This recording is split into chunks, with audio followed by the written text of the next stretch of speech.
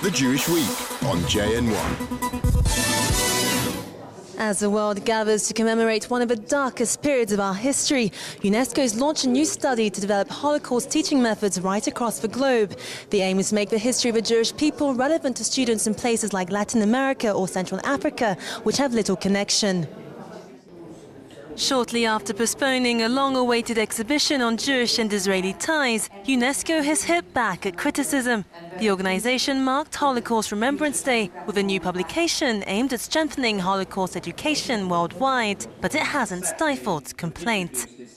It's so much easier to mourn for Jews killed 70 years ago than to deal with the realities of a Jewish sovereignty, the self-determination of Jewish independence through a Jewish state.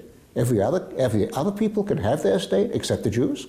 UNESCO hopes that its efforts to keep the memory of the 6 million Jews alive will ease concerns. Its new book, called Holocaust Education in a Global Context, advocates that the history of the Jews can be used to compare other genocides.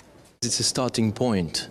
It is an opportunity for countries to deal with this well-known history in order to look at the history of genocides in general. In other words, teaching about the Holocaust is a direct contribution to the prevention of genocide through education. Taught widely in the United States and in Europe, the Holocaust remains unknown in most parts of the world. UNESCO plans to revise the textbooks of nearly 200 countries, but it relies first and foremost on eyewitness accounts. The fact that I was a blacksmith saved my life because I was useful. If you were a secretary or director, you went straight to the gas chamber and were burnt in the oven.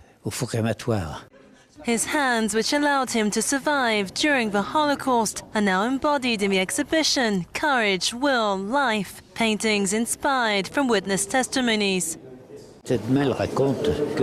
This hand shows that I will live a long life and that I will continue to do so. So even when I was arrested, I knew that they were not going to kill me straight away.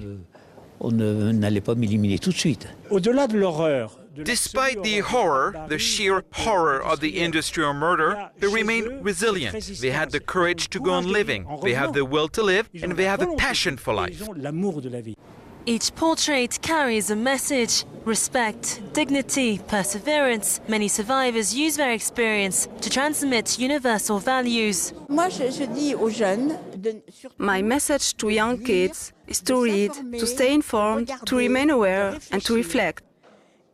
There's always a light at the end of the tunnel. Always. Never ever give up. Jamais désespérer. There to hear her message were students from a local French school who took part in the closing ceremony. UNESCO's Director General stressed the importance of Holocaust education in the fight against anti-Semitism. It's an important day. It's a date which goes beyond political considerations. It's a day about fighting discrimination, genocides, prevent genocides, anti-Semitism, denial. As anti-Semitism rises and survivor numbers dwindle, the challenge to Holocaust education will be to ensure that future generations not only know what happened, but that they don't forget.